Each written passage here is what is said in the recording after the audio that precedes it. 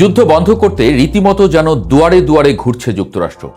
পাকিস্তানে কিংবা তুরস্কে হতে পারে ইরান যুক্তরাষ্ট্র আলাপ।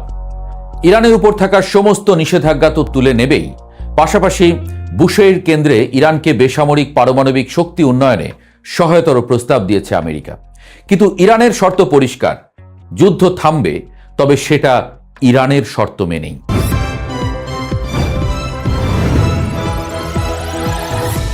ইসরায়েলি সংবাদ মাধ্যম চ্যানেল 12 বলছে, যুদ্ধ বন্ধে 5টি শর্ত দিয়েছে ইরান। যুদ্ধ যেন আর কখনো শুরু না হয় সেটির শক্তিশালী নিশ্চয়তা দিতে হবে। 2, পশ্চিম এশিয়ায় থাকা যুক্তরাষ্ট্রের সব সামরিক ঘাঁটি বন্ধ করতে হবে। 3, যুদ্ধের কারণে ইরানের হওয়া সব ক্ষয়ক্ষতির জন্য যুক্তরাষ্ট্র ও ইসরায়েলকে পূর্ণ ক্ষতিপূরণ দিতে হবে। 4, হরমুজ প্রণালীর উপর নতুন করে একটি আইনি ব্যবস্থা কার্যকর করতে হবে, যার মাধ্যমে এই এলাকা মূলত ইরানের নিয়ন্ত্রণে থাকবে। 5, ইরানের প্রতি বিদ্বেষমূলক সংবাদ মাধ্যম এর সঙ্গে জড়িত ব্যক্তিদের ইরানের হাতে তুলে দিতে হবে অথবা তাদের বিচারের আওতায় আনতে হবে।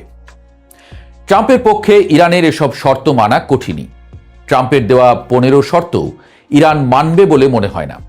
কিন্তু যুদ্ধ থামাতে যে পশ্চিম মরিয়া হয়ে গেছে সেটা পরিষ্কার।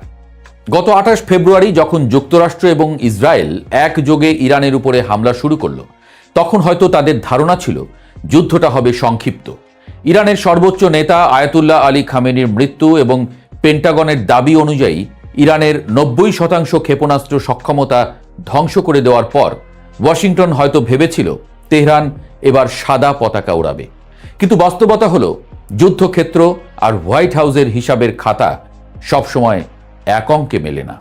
ডোনাল্ড ট্রাম্প মানুষটা বেশ চমকপ্রদ। তিনি একদিকে যেমন হুঙ্কার দেন, অন্যদিকে ব্যবসায়ী সুলভ মন নিয়ে চুক্তির টেবিলে বসতেও ভালোবাসেন।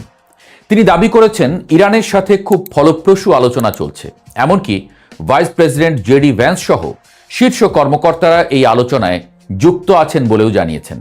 কিন্তু মজার ব্যাপার হলো ইরানের নেতারা এই দাবি স্রেফ উড়িয়ে দিয়েছেন। তাদের ভাষায় আমেরিকা আসলে নিজের সাথেই নিজে আলোচনা করছে। তবে কূটনীতির পর্দায় যা দেখা যায় তার পেছনে অনেক কিছুই ঘটে। পর্দার আড়ালে পাকিস্তান, তুরস্ক এবং মিশরের মতো দেশগুলো দুই পক্ষের মধ্যে এক ধরনের পরোক্ষ যোগাযোগ স্থাপন করেছে বলে খবর উঠেছে। পাকিস্তানের সেনাপ্রধানের হাত ধরে ট্রাম্পের একটি 15 দফার শান্তি প্রস্তাব তেহরানে পৌঁছেছে।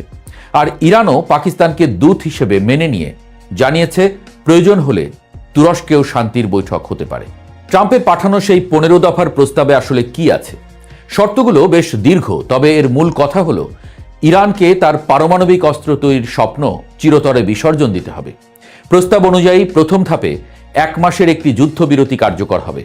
এই সময়ের মধ্যে ইরানকে তাদের নাতাঞ্জ, ইস্পাহান এবং ফোর্দো পারমাণবিক স্থাপনাগুলো পুরোপুরি ধ্বংস করে ফেলতে হবে। দেশটিতে থাকা সমস্ত সমৃদ্ধ ইউরেনিয়াম আন্তর্জাতিক পরমাণু শক্তি সংস্থার হাতে তুলে দিতে হবে।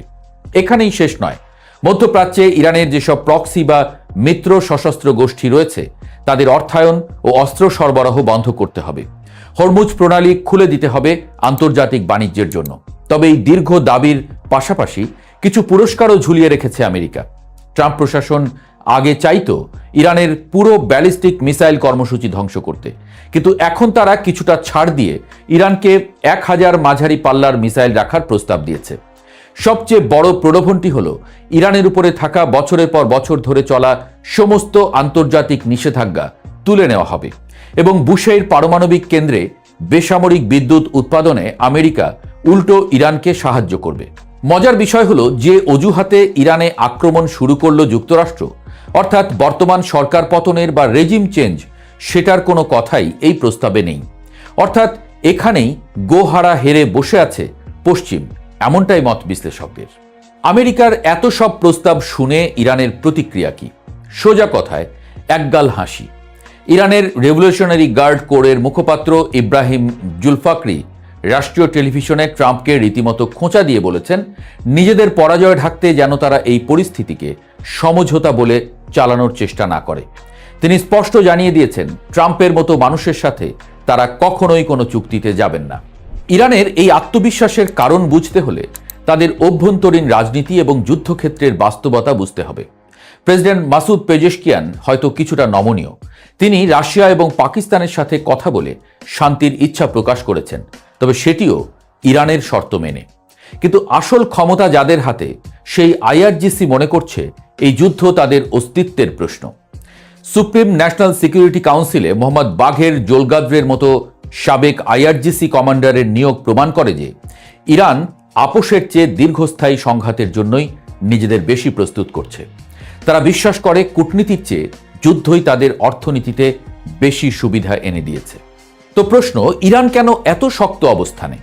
হরমুজ প্রণালী আপনারা তো জানেনই, বিশ্বের মোট তেল রপ্তানির 1/5 এই পথ দিয়ে যায়।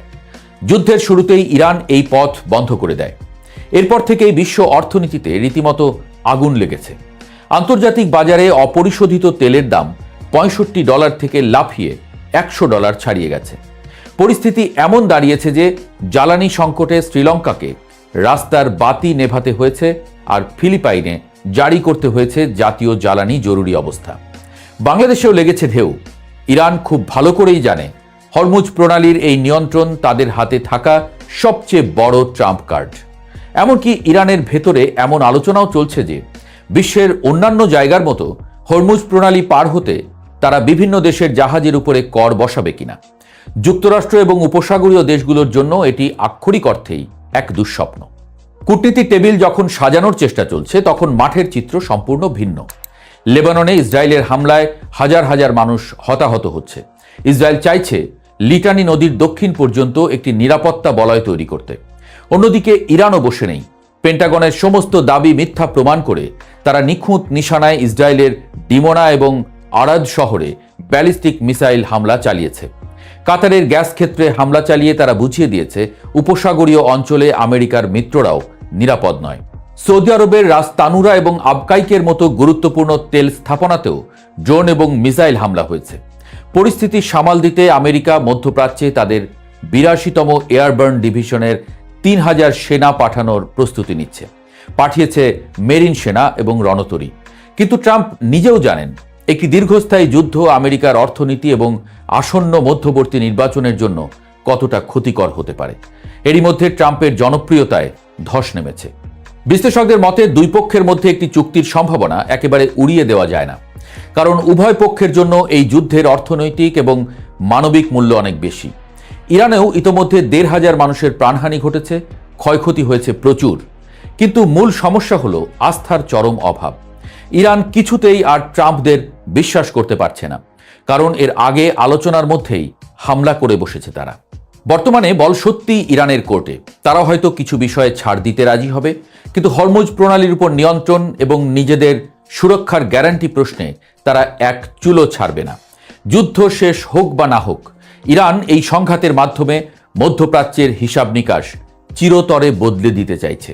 এখন দেখার বিষয় ডোনাল্ড ট্রাম্প তার ডিল মেকিং জাদু বলে এই জটিল সমীকরণ মেলাতে পারেন কিনা, নাকি মধ্যপ্রাচ্য এক দীর্ঘ ও ক্লান্তিকর যুদ্ধের অন্ধকারে আরও তলিয়ে যাবে। তবে আমরা চাই যুদ্ধ বন্ধ হোক।